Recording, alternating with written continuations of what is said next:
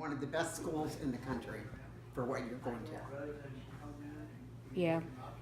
And you've got somebody paying for it. I would be happy if you would transfer to another school. I mean, I'm not saying you have to stay at UC. I'm just saying you need to stay in school. I swear I respect my elders, especially their opinions. My grandma means well.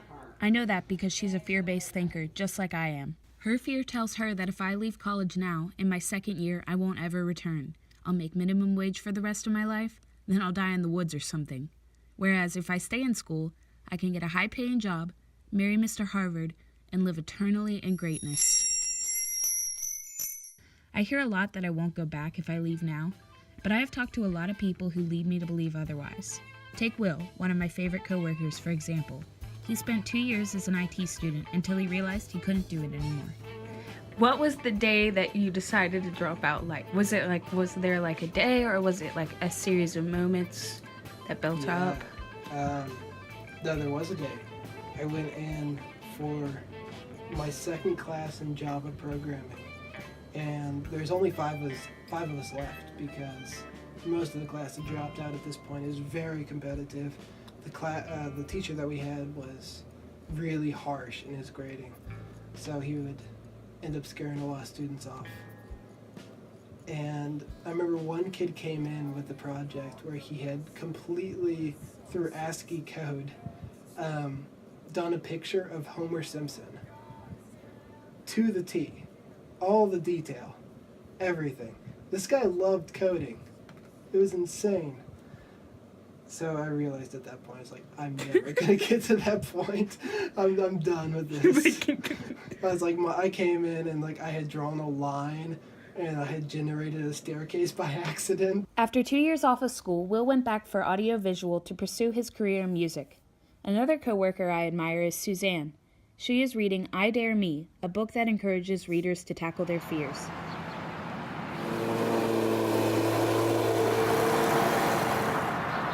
The woman who wrote it was 53 at the time that she wrote it, and of course I was 53 when I read it, and she just talked about, you know, she had a good marriage and she had a wonderful daughter and she had a great career and she was feeling this, is this all there is, kind of thing. And I thought, because I've been exploring my career options, and sometimes I think I want to be a writer, but then I kind of get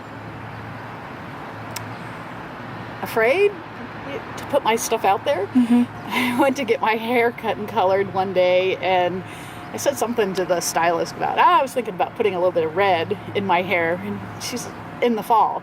I don't know why I chose the fall, because it was down the road and I could continue to think about it and be my usual timid self.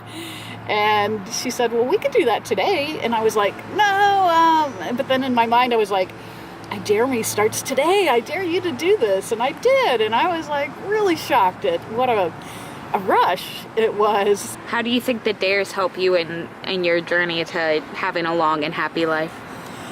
You know, they really have shaken up my perspective, because I think when I get down in the doldrums, I start to go like, oh, who am I kidding? I'm not going to be a writer. I can't be a writer because I can't get my act together. And, you know, I lead myself into these stupid, cyclical, downward spiraling conversations.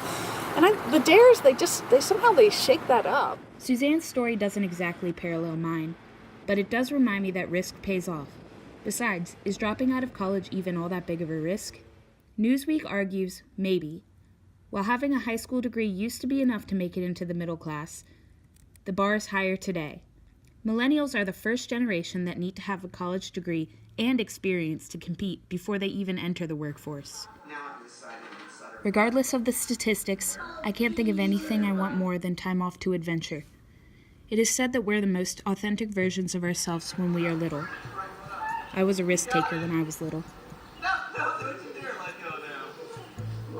Okay, get another foot up.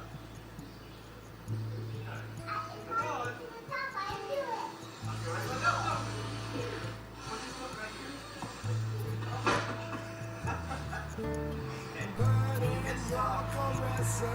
With some 60 pounds of steel.